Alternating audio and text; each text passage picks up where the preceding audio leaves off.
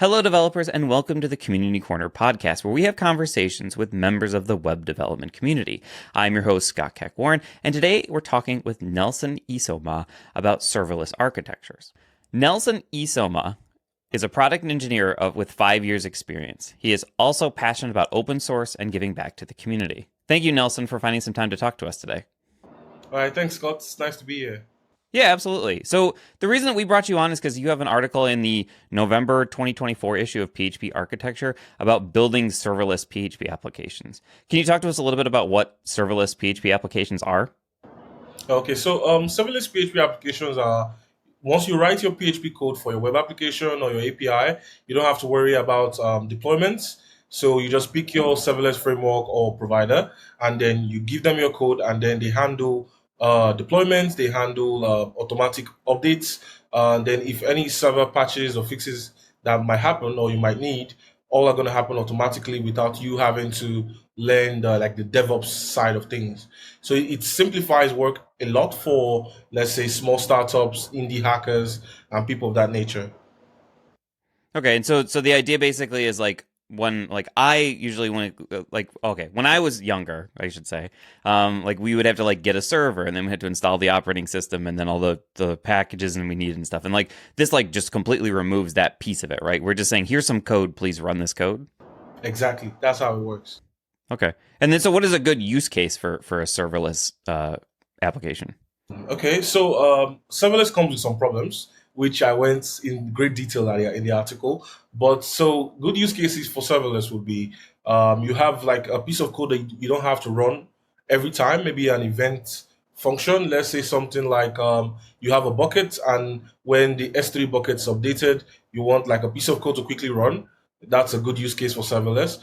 Then because of cold starts, if you're someone that's not really worried about cold starts, then you can pretty much use serverless for anything. So if you have a small app you want to share with your friends, put it on serverless and then it works basically. Then what other use cases? So I think those are the two main times I think I would recommend serverless. So you have a piece of code you want to run when an event occurs, or you have a web application that you don't really worry about latency because you could just use serverless in that situation. So can we talk about that, putting something in a bucket piece? And so I think one of the things that I found very fascinating about modern development is that we've gone away from here's one giant application into smaller and smaller and smaller pieces. Right, we started out at a big application, then we're in microservices. Now we're looking at just one tiny little thing might be all that this serverless thing is doing, right? So your example was image processing, and my favorite one is I'm going to edit this podcast and then I'm going to upload it, and there's a process that handles that. So that would be we could do background processing of files and stuff, right? That's a good use case? Yeah, that's a good use case. Yeah, so you could have a setup where after this video is recorded, you have to notify your users that, oh, we uploaded a new video. So you could use a serverless in that situation. Or if you want to do some processing, maybe reduce the quality for smaller devices and stuff like that, Lambda serverless will also work in that scenario. Okay. And then the cold start. Can you talk us to what is a cold start? Okay. So why serverless is cheap is because the way cloud providers say it is billable hours or billable minutes rather. So your code is not always available. It's not always deployed, right? So when a request is made to your application, the cloud provider has to boot up your app.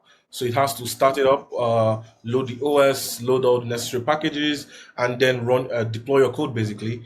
And then once the request is handled, the server will slowly bring it back down, basically. So that's where cold starts come from. So why the latency that it will take for the OS to get boot up, the packages to get installed, that's what causes cold starts. So it could take let's say a couple of milliseconds. So it's not too much of a worry.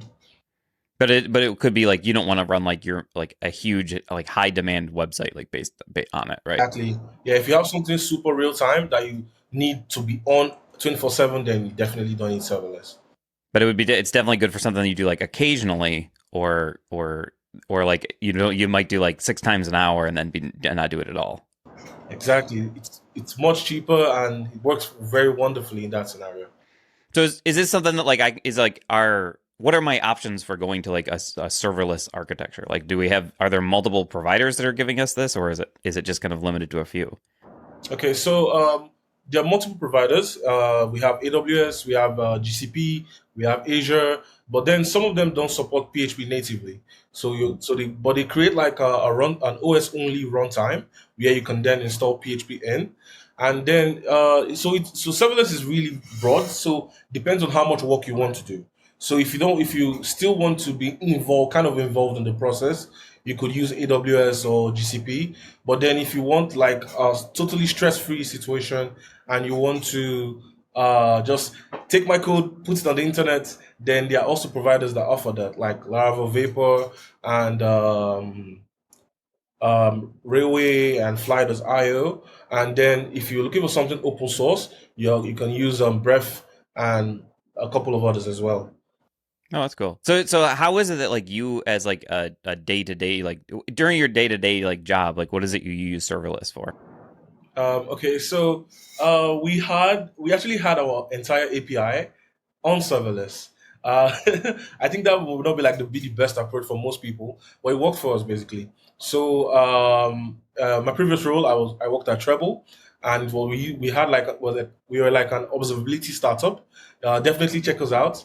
So what we did basically was you load in our middleware, our package, and then any request that comes into your application, you see it on a dashboard where you can go through these requests. There were also catalogs and a ton of other features.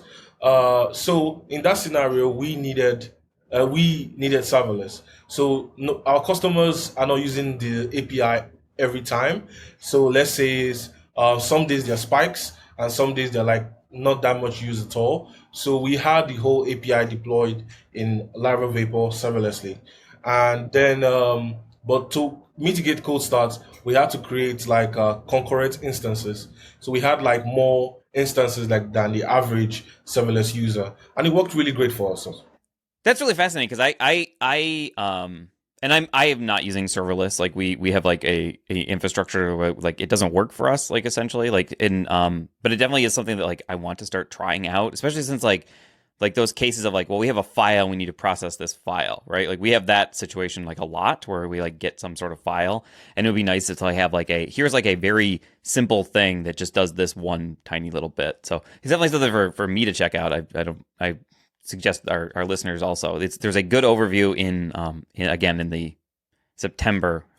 in the November 2024 issue of PHP Architect. So it's really like a fascinating read. So is there anything else that you'd like to direct our listeners to before I let you go today? Okay, so I think I would like if you guys follow me on Twitter. I talk about what I'm working on, mostly PHP, Laravel, and Go related sometimes. And I have this really cool CLI tool I just worked on. So it's like a port scanner. I don't know if you could like drop a link in the podcast later, but it's like a port scanner. So if you're someone like me that forgets ports open on your Mac, you can just like scan for the open ports, and then you can also close the ports basically using the port scanner tool. So it's a really handy tool, and yeah. So I would just really be happy if what if it's 10 people or 5 people, they read through the article and they're like, wow, serverless is really cool, and then they try it out, and I'm really grateful, and I'll feel like I've done a good job. Yep, and we'll include links to those in the description. So yeah, awesome. So thank you for finding time to talk to us today. I have to say another heartfelt thank you to Nelson and to you for finding some time to listen to us today. If you're not already a subscriber, make sure you subscribe with whatever your preferred method is so you can get the episodes as soon as they're released. Maybe share this post with your coworkers so they can learn from it as well. This podcast is available both as an audio version on the PHP Architect website, as well as a video version on the YouTube channel. This is Scott Keck for the Community Corner podcast, signing off and reminding you to keep listening, keep coding, and keep reading.